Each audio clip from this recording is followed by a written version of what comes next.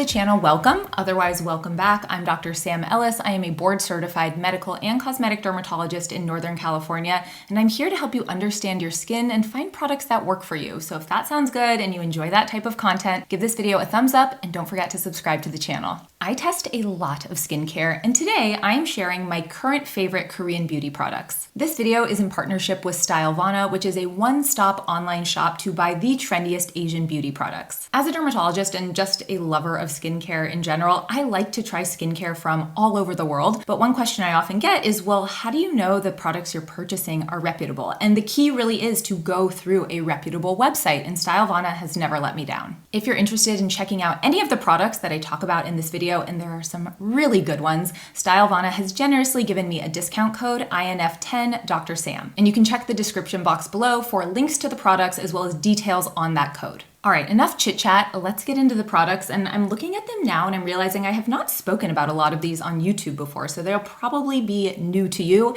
even if you're not new to the channel. And we've got stuff for hyperpigmentation. We've got a couple amazing sunscreen options for you, including one that is just under makeup. And I'm gonna go through these in the order that I would use them in a skincare routine. So if you're interested in trying more than one product from this video, you'll know how to put them on top of each other. All right, first up, I have a cleanser, and it kind of takes a lot for me to be excited about a cleanser, but this one is so good, especially if you have sensitive skin. This is the Haruharu Wonder Black Rice Triple AHA Gentle Cleansing Gel. So if you caught that in the name, it says Triple AHA, which stands for alpha hydroxy acid. So this cleanser is actually a gentle exfoliating cleanser. But what really made this cleanser stand out to me is that it's not just your standard alpha hydroxy acids like glycolic acid and lactic acid. This has a blend of 3 very gentle exfoliating acids, including citric acid, tartaric acid, and mandelic acid. So if you're someone with sensitive skin who has maybe dabbled in the exfoliants before, but always felt that they were too irritating or stingy or left your skin feeling stripped or dry or irritated, this is a great way to dip your toe into the exfoliating pond without overdoing it. Also, for those with sensitive skin, I love the idea of introducing exfoliating acids in a cleanser form rather than in a leave-on form. That shorter contact time with the skin is going to help you not overdo it, but still give you the benefits of helping with that cell turnover. And the whole point of using exfoliants is to help your skin look brighter, less dull, and be more radiant. Aside from the overall acid blend in here, which I think is super smart, the formula overall is so lovely. It is so hydrating. This has a ton of glycerin in it, which is really evident when you squeeze it out of the tube. It has almost like a jelly-like texture, and it feels really nourishing when you're lathering it onto the skin. I also really like that once you rinse it off, your skin doesn't feel stripped. It doesn't feel super dry. You're not like, oh, I need a moisturizer right now. And so if you have more sensitive skin, or you're not really sure how to bring an exfoliant into your routine and you want to dabble in the cleanser form, I think this is such a great product to start with. Anytime I'm using any cleanser that has an active ingredient, I do like to leave it on my skin a little bit longer. So I will get it lathered up and I will work it into my skin for 60 seconds or so, and then I will rinse it off. If you're someone who likes to cleanse in the morning and you don't have particularly sensitive skin, I actually think you could use this every single day because it's that gentle. Otherwise, if you'd say you had sensitive skin, you could use it a few times a week in the morning or use it as part of your nightly skincare routine as well. I personally have just been keeping this in my shower and using it to wash my face a few times a week after I work out. Next product, and I'm very excited to share it with you because I always get questions about how to help with hyperpigmentation and things that can help brighten the skin, and this is it. She is that girl. If you follow me on Instagram, you know I have been singing her praises. This is the Numbuzin 5+ Vitamin Concentrated Serum. And I would consider this a lightening and a brightening serum. So if you struggle with hyperpigmentation on your forehead or your cheeks or your upper lip, or you get dark marks after a breakout, this is the serum for you. For how affordable this serum is, I'm actually shocked with how many amazing brightening and lightening ingredients are in here. It has 4% tranexamic acid. It's got niacinamide. It's got alpha-arbutin, and then it has a whole host of antioxidants, vitamin C, glutathione, alpha-lipoic acid, Q10. I mean, it is really hard to find a serum this affordable that has so many power hitters. And if that wasn't enough, it's also formulated in a really soothing and hydrating base. It's got 5% panthenol in it. So I've really been using it in the morning kind of as like a dual hydrating serum and brightening serum. You can also use this in the evening, and I actually think it works best if you use it twice a day. I find that often when I talk about brightening serums, I will get the question, well, is this safe in pregnancy and breastfeeding, since that's when a lot of people are dealing with hyperpigmentation? Now, it's always going to be a conversation between you and your personal healthcare practitioner, but this is something I would feel comfortable using when pregnant or in the breastfeeding stage of my life. I have one more product I want to talk about that's going to make you look like a dewy dumpling, and then we're going to get into the sunscreens. So what I have here is the TIRTIR Ceramic Milk Ampule. And I gotta say, I found the name kind of intriguing, but I was like, milk ampule, like what is that product going to be? And it didn't disappoint. One of the reasons this is in my current faves is because I've never really tried a product quite like it before. I would describe it as if you took a moisturizer and a face oil and they had a love child. So it has this beautiful hydrating, moisturizing property to it, but it's quite liquidy. So it rubs in beautifully to the skin and then leaves this lasting glow. The same way when you put on like a body oil and you can see that sheen, this does the same thing for your facial skin. So if you're someone watching this going, ooh, I have Sahara Desert skin, where I go in, I put my moisturizer on, I finish my skincare routine, and I'm like, my skin still feels thirsty. It still wants something more. I am obsessed with this. I personally would use this more in my nighttime skincare routine. I think if you're going for that like really glowy glass skin look during the day, you could use it during the day as well. But I personally don't love a face oil. Like they feel a little bit too heavy and they make it like, I don't know.